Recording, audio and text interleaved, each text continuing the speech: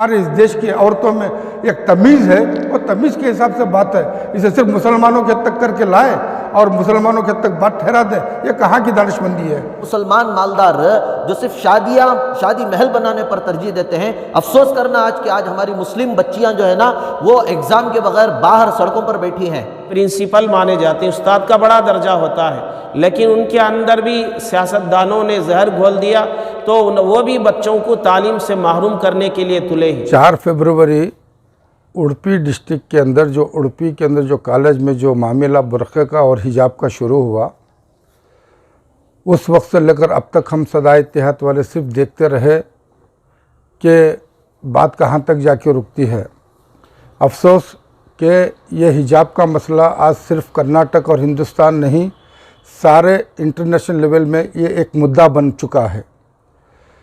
अब सोचने की बात यह है कि इतना बड़ा मुल्क हमारा होते हुए क्या हमारे में इतनी सलाहियत नहीं थी कि ये इस मसले को हम 4 फरवरी के बाद फ़ौरन जा कर के हुकूमत हो या वहाँ के प्रिंसिपल हो और जो भी इसकी इंतज़ामिया उनसे बात कर सकते थे और वो मसला वहीं रोक सकते थे, मगर उसे हमने मौका क्यों दिया? क्या हमारे में सलाहियत कम है?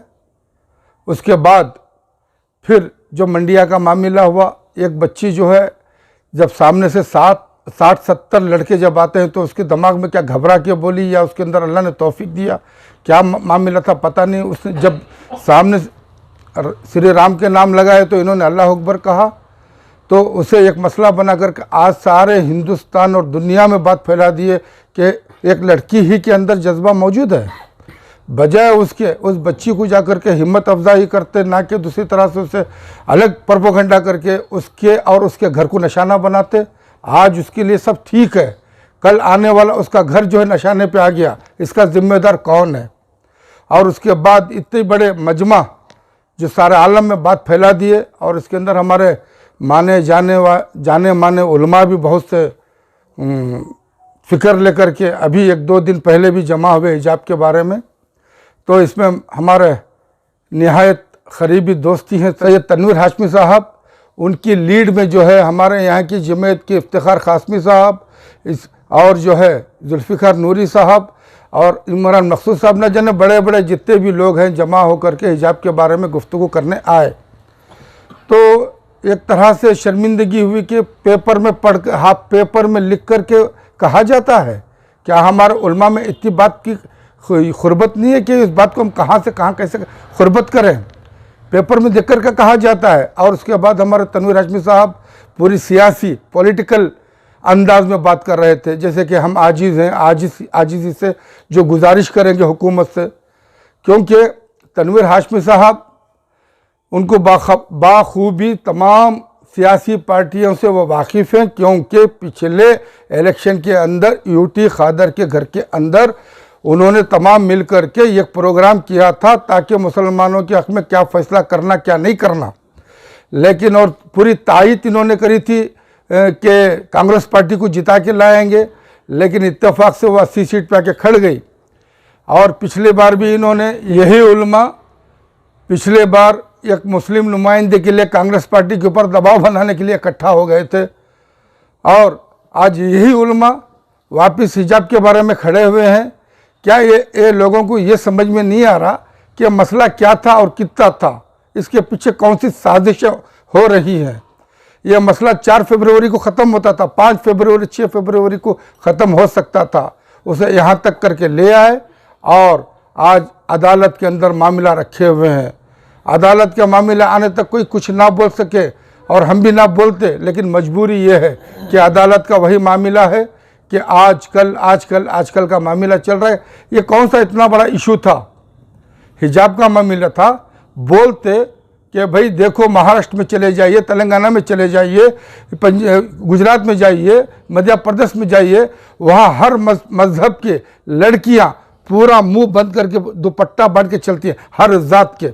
बताते ये तो औरतों का एक सेवा है, अपने आप को चेहरा छुपाने का, चाहे सर्दी हो चाहे गर्मी हो। इसमें हमारी देश की नौजवान लड़कियां सारा सब कुछ अपना मुंह के ऊपर, सर के ऊपर बांध के चलते हैं, तो क्या वो गुनाह है? बताते हैं सबके हुकूमत के लिए। हाँ, सिर्फ मुसलमानों को एजेंडा रख करके कर रहे हैं, तो इसके पीछे कौन है? कौन सी साजिश है। आप देखते हैं कि किन सियासी जमात का इसके पीछे हाथ है। ये अगर देख करके काम करते या बात करते तो आज ये मसला ना होता था। क्या 130 करोड़ की आबादी का मुल्क, बाहर छोटे छोटे मुल्क वाले हमारे मुल्क के ऊपर, हमारी काबिलियत के ऊपर उंगली उठाएं? यह हमें बर्दाश्त है?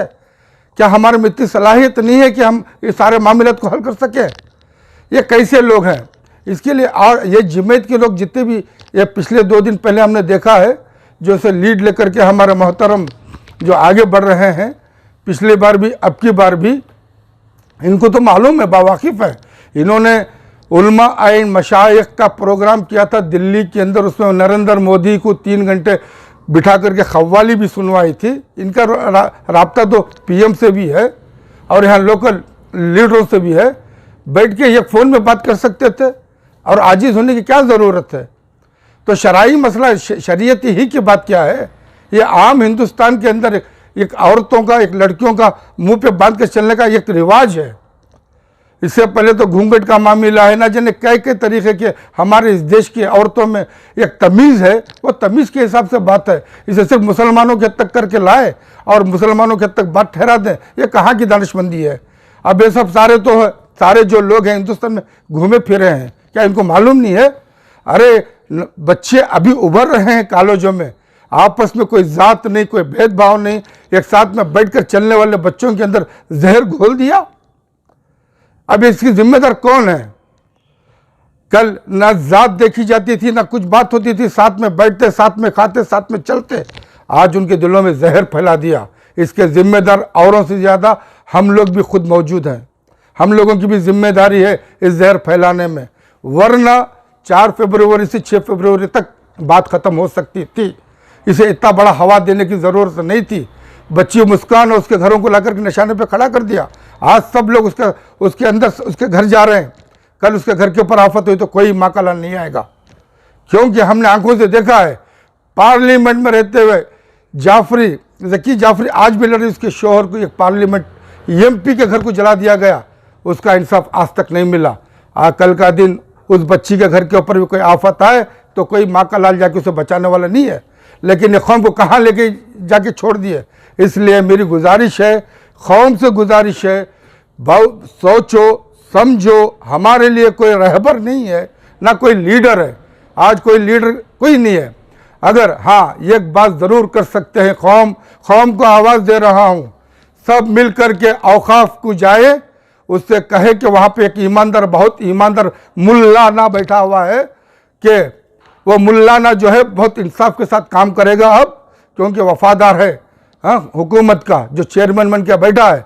उससे पूछो जितनी ज़मीन खाली पड़ी है इमीडिएट उसके अंदर बाउंड्री करें, उसके अंदर हमारे कॉलेजेस, स्कूल, हमारे बच्चों की सहूलत को उजागर करें, और जो हमारी ज़मीन चली गई है उसे फ़ौरन वापस लें, और जिन जिन आदमी ने उसके ऊपर अकबर किया है उसे वापस ले, वरना वो वोट की ज़रूरत नहीं है। मैं तमाम कौम के नौजवानों से और दानिशमंदों से और अक्ल रखने वालों से गुजारिश करता हूँ, हमारी अपनी मिल्कियत के अंदर हम कॉलेजेस पैदा करें, हम यूनिवर्सिटी पैदा करें, हम सब कुछ कर सकते हैं। उसके अंदर हम बताएंगे, इस मुल्क के हर एक ज़ात के बच्चों को लेकर के हम एक साथ में चल कर के बताएंगे कि ये इंसानियत होती है, ये सेकुलरिज्म होता है, ना कि भेदभाव।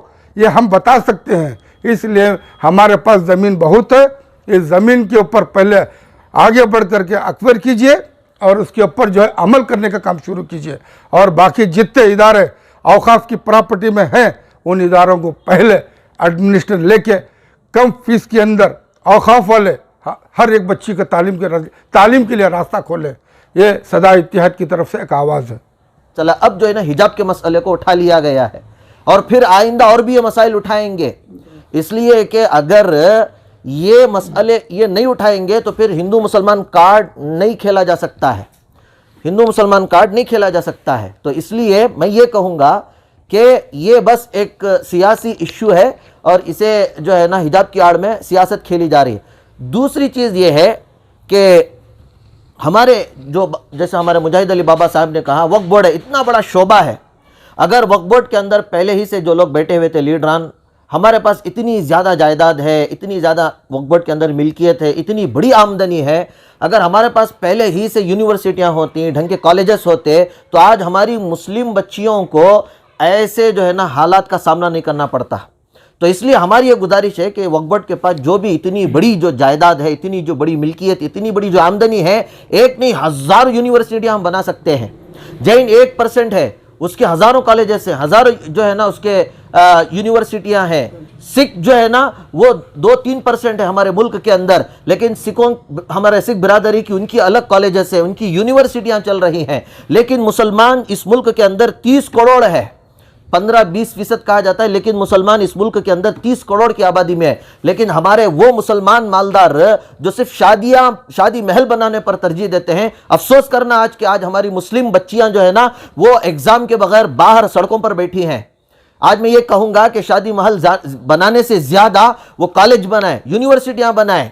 हमारे पास इतना अच्छा जबरदस्त सोर्स है इनकम ऑफ सोर्स, लेकिन मुसलमान मालदार भी ना तवज्जो दे रहे, ना वक्फ बोर्ड उस पर तवज्जो दे रहा है। तो इसलिए हमारी ये गुजारिश है हुकूमत से भी, हमारे मुसलमान मालदारों से भी, कि ये जो हिजाब के हिस्से को एक सियासी जो है ना एक कार्ड बनाकर खेला जा रहा है, इससे आप मोहतात रहें।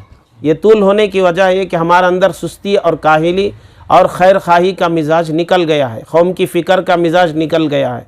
बस पार्टी वाले भी ये अपने पार्टी की चमचागिरी में गुजार रहे हैं। हमारे मुस्लिम लीडरान जो MLA हैं, MLC हैं, ये भी जब तक पार्टी का हुक्म नहीं हुआ उस वक्त का खामोश थे। मुसलमानों पर जब आन ज़्यादा आ गई, ये चारों तरफ से इनको घेरने लगे, तब जाकर ये अपना मुंह खोले, वो भी अपने पार्टी के चमचागिरी के साथ किए। यहाँ इस्लाम और मज़हब का मामला आता है, कौम का मामला आता है, कौम ने इनको अपने वोटों की भीख से सामने लाया है। वरना इनके पास क्या कुदरत कि अगर हमारी कौम नोट ना देती, इनको अपना नुमाइंदा ना समझती, तो ये जाकर विधानसभा में MP भी कहाँ भी सीट में बैठ नहीं सकते थे। इनको इसका एहसास होना चाहिए, सिर्फ मेरे एक वोट से मैं नुमाइंदा नहीं बना हूँ, बल्कि कौम के सारे वोट से नुमाइंदा बना हूँ। तो मेरी जिम्मेदारी सिर्फ दुनिया की हद तक नहीं, बल्कि मुझे अल्लाह को भी जवाब देना है। अगर इस इखलास के अगर साथ हमारे मुस्लिम जो सियासी नुमाइंदे हैं या दूसरे मजहबी नुमाइंदे हैं, अगर इनको पहले ही दिन से अंदर अगर इनके अंदर एहसास होता, तो इतना मसला इतना लंबा ना होता। आज हमारे बच्चियों को पुलिस ना डंडे दिखाने की हिम्मत करती, ना उन मासूम बच्चियों को स्कूल्स के जो प्रिंसिपल माने जाते हैं, उस्ताद का बड़ा दर्जा होता है, लेकिन उनके अंदर भी सियासतदानों ने जहर घोल दिया, तो वो भी बच्चों को तालीम से महरूम करने के लिए तुले हैं। बाद पुलिस अफसरान तो डंडे दिखा रहे हैं, उनका काम रक्षणे करना है कौम की, हमारे मुल्क के हर नुमाइंदे की, हर नागरिक की, उनकी पूरी निगहबान करना है, निगरानी करना है, मदद करना है। लेकिन वो भी अपने अंदर तासुब बरत कर एक मज़हब वालों को निशाना बनाकर वो उनके लिए तकलीफ़ देना, और आइन अब एग्ज़ाम से पहले जो वालिदैन अपने बच्चियों को साल से तालीम के लिए ख़र्च करके उनके लिए वक्त निकाल कर कुर्बानियाँ देकर बच्चों के लिए ख्वाब सोचते हैं, उनके लिए आइन एग्ज़ाम से पहले उनको स्कूल से बाहर भेजा जा रहा है। मैं तो यूँ कहता हूँ कि मुस्लिम नुमाइंदे हमारे MLA जाकर, अल्हम्दुलिल्लाह अच्छी बात है कि जाकर हमारे CM से भी मुलाकात किए, और जो हमारा एजुकेशन मिनिस्टर है उससे भी जाकर मुलाकात किए। मैं तो यूँ कहता हूँ कि इनको चाहिए कि अपने अपने इलाके में जो भी नुमाइंदे माने जाते हैं वो अपने इलाके के पूरे ज़िले की निगरानी करें, वहाँ के हर कॉलेज के प्रिंसिपल को बात करें, वहाँ जाकर तब जाकर वहाँ के BO से बात करें, तब जाकर हमारे मुस्लिम जितने बच्चियाँ हैं उनका जो SSLC है, PUC है, ये सब टर्निंग पॉइंट है ज़िंदगी के, वहाँ जाकर वो इंशाअल्लाह अगर बात करके सही नुमाइंदगी करेंगे, इंशाअल्लाह हमारे बच्चों का भी फ़ायदा होगा। इसे तूल दिए बग़ैर बैठकर बिठाकर प्रिंसिपल वगैरह को जोड़े और बात कर ज़िलावार या ताल्लुक़ सतह पर जो मुस्लिम नुमाइंदे हैं वो जुड़कर बिठाकर BO से बात करेंगे तो मसला हल हो जाएगा।